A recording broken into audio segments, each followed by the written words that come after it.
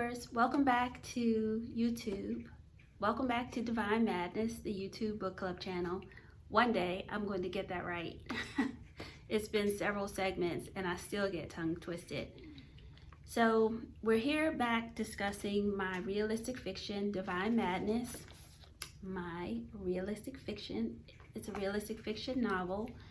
It is a story loosely based on my life, and sometimes when people read it, they say, well, Shelley, did that really happen? And what I've done is I've taken parts of my life, my true existence, and weave them into this fabricated story with other characters that came from my imagination. But it's the story of a young woman determined to be who God says that she is and not who she sees in the mirror. It's her story of raising above self-condemnation, fear, low self-esteem, inadequacy, being timid as a result of her innocence being taken when she was a child by family members. And it's just a reflection. It is a guide as to what a woman, an African-American woman, experiences as a result of innocence stolen. You can just see the patterns of generational curses, psychological patterns that come as a result of this when it happens, especially under 10 years old, and how those intrusions carry out into adulthood and coping. And I would dare say to write the book at this time took a certain amount of courage, but it was also a time where the Lord had called this book forward. And I honestly say that the Lord, because as a child I've always enjoyed telling stories and writing poems, but not to the extent of I'm exposing myself, my weaknesses, my frailties, my insecurities, my missteps, and laying them for anyone to bear. Even friends and family have asked me, did that really happen to you, Shelley? And like I said, I have to say, well, what part? And even when I go to speak, I speak carefully, not to hurt those who have offended me, but openly to say that these things have occurred.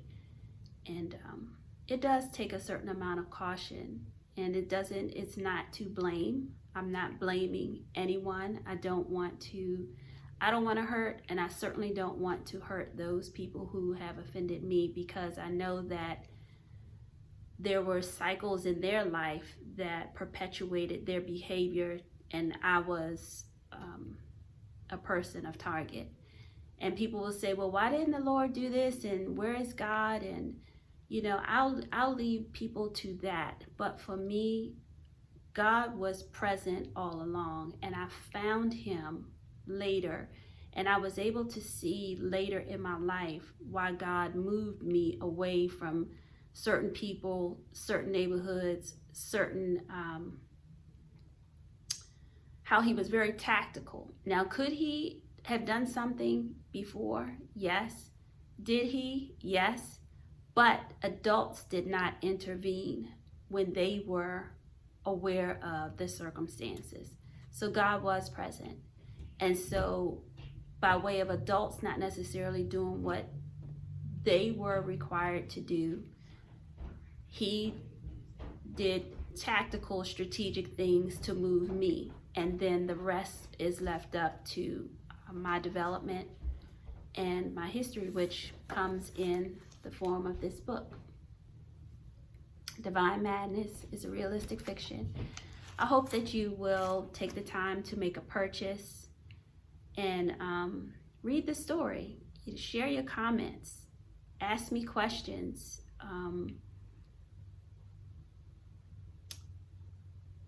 Because it's something that needs to be discussed. What happened with me was something that we refer to as arrested development. Even though I was maturing, I still matured with a sense of like a fog over my head, and I lived like everything was going to be okay, like nothing was a big deal, because I didn't have a true grasp of reality. I was disconnected from reality. And now, you can say arrested development and you can say trauma, but these things are even still present in my life today, but I have a better understanding of them. So also in a segment before, I mentioned therapy and how I attended therapy. I went to many therapy sessions, many counseling sessions when it wasn't cool. Therapy and counseling and life coaching are cool today, and they're not as expensive, and they're a lot more relevant and necessary and open for discussion. But I had to go through therapy, and there was one therapist in particular who really was my saving grace to understand how I was repeating certain strategies of what I thought was love that was not a healthy love at all. So today I have a mock therapy session, and these types of questions are what's presented in counseling. If anybody is ever thinking about going to therapy or counseling, hopefully through today's session, you'll be able to see the type of questions that are presented through a professional counselor, through a professional therapist, or medical staff, psychological mental staff. So I welcome Miss Teresa Goff. Hello, my name is Teresa Goff. I am the owner of Bloom Counseling Incorporated, and I am a licensed graduate professional counselor for the state of Maryland. It was very nice meeting you, Shelly, during our last meeting. And I wanted to, while we were in session, there were several things that you brought up that were concerning to you. And I wanted to spend more time exploring that today. Is that okay with you? Great. I wanted to talk a little bit more about your experiences from your past and how those experiences have made you the woman you are today. I'm a lot more clear-minded. I'm a lot more open, free to discuss the importance of trauma, therapy, counseling, and I'm also very protective of young girls and women. For young girls, I have started a mentoring group so that they know their true value, that they know that their importance, that they know that their body is sacred, that they know that their mind and that their abilities, that they certainly deserve to be at the table. As a woman today, I raised them to think above their community and just staying local and being attached to ties and people so that they know that there's more world out there and not to be afraid. But part of them being able to attain and to achieve the more of the world that's out there is to really have self-confidence. And self-confidence to know that they're more than the man that wants to be inside of them. They come in and then they come out, literally. They come in and then they come out. So no, it's more to life than that. And how sacred their bodies are, because sex is intimate and it's personal and it has an intention, and it's God-given and it's God-created, and it's something that is beautiful, not to just be shared for any man or even yourself for your own lust and your promiscuity to, satisfy an urge. You have an urge, take a shower, go get an activity and redirect that energy so that you can be with someone who truly does value your presence and your personality, your character, your creation. And for older women, as a woman today, I ask them and I caution them that his bad habits, his negative tendencies are what's going to be exaggerated and exemplified when you're married. So please, talk openly, share things that concern you, that are sensitive to you, and see how he reacts before you marry him. Because how he is before you marry is how he's going to be when you're trusted and you're bound in that covenant. And it's hard to come out of that covenant, especially when you take that covenant before the Lord. One thing that I dealt with as a married woman was because there was so much in the Bible that said that I had to remain married. And in particular, it was 1 Corinthians 7:10. Now to the married I command, yet not I, but the Lord, a wife is not to depart from her husband. I even have that highlighted today.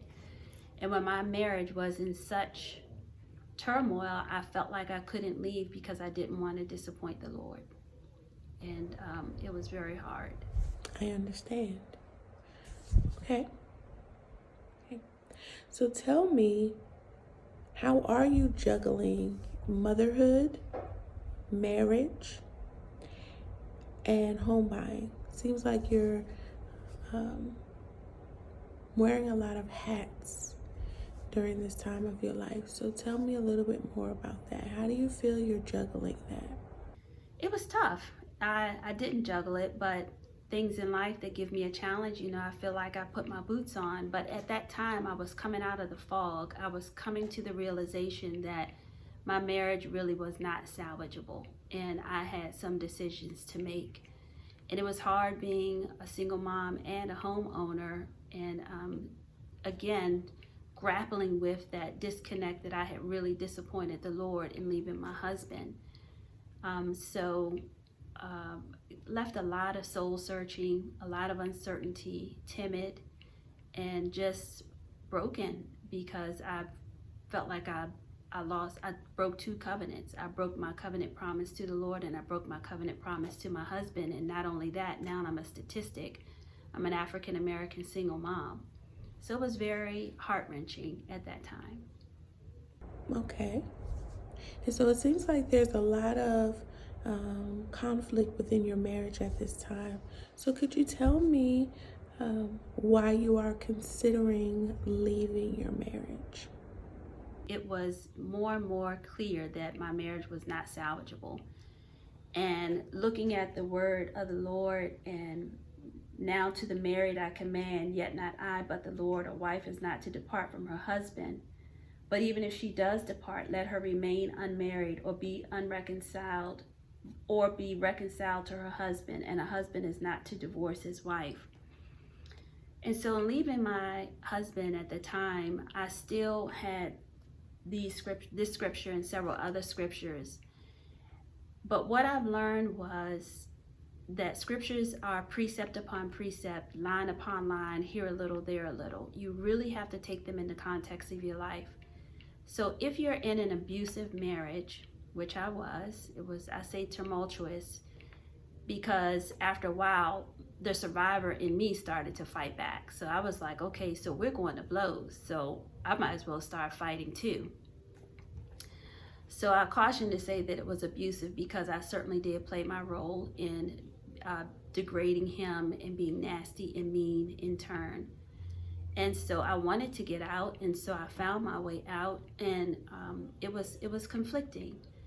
And so by leaving him, and later in life in leaving him, I realized that abuse is not healthy. Now, does God heal abusive marriages? He certainly does. There are those testimonies out there, but once you're in covenant, it's up to the wife to decide that. But it certainly does take, like it says in verse 11 of 1 Corinthians 7:11, it certainly does take a time of separation so that you can see the cycles of abuse, you can see the cycles of generational curses, and you can see the cycles of trauma and self-condemnation, and really put those in context.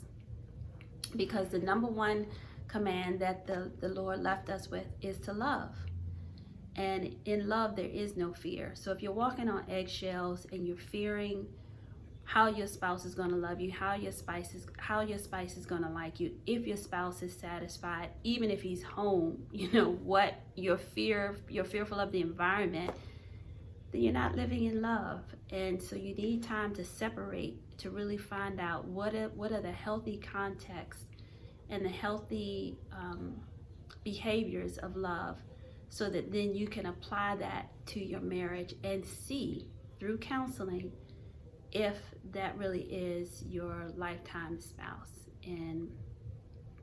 But I say for a man, and I say for a woman, If your partner is unhealthy and leaves you depleted,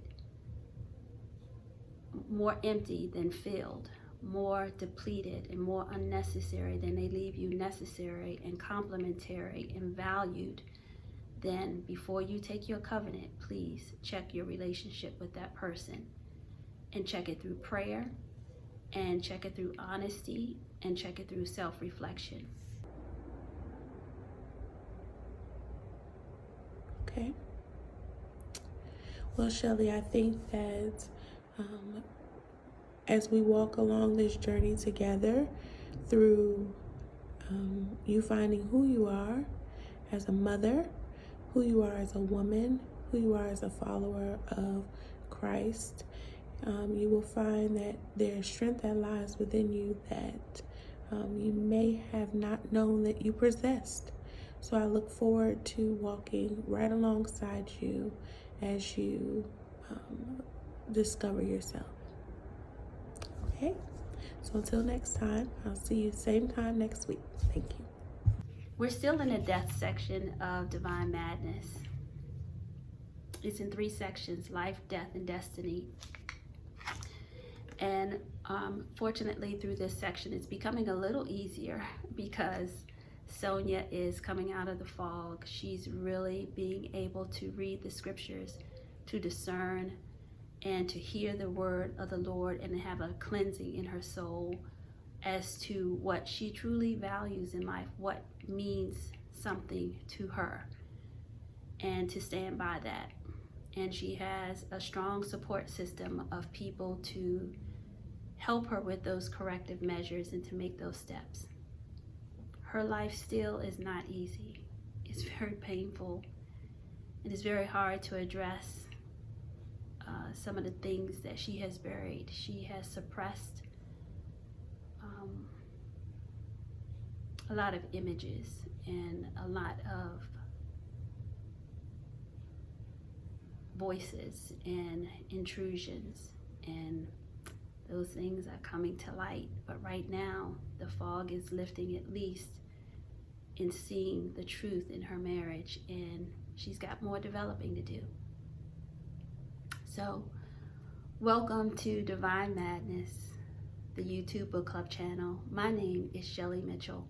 I'm the author of Divine Madness, and it would be my supreme and sheer honor if you were to read along, ask questions, just get help. Even if these series are helping you and provoking you to think differently and to love differently, I assure you, the number one thing that helps me in my life is to know that I am loved and to forgive. Forgive constantly and daily to the point where I'm vulnerable. But I ask the Lord for more love and more forgiveness, not to the point where I'm a doormat or a mud duck, but that I am living righteous unto Him. So thank you again. Please reach out. My email is sam@thirstforbread.org.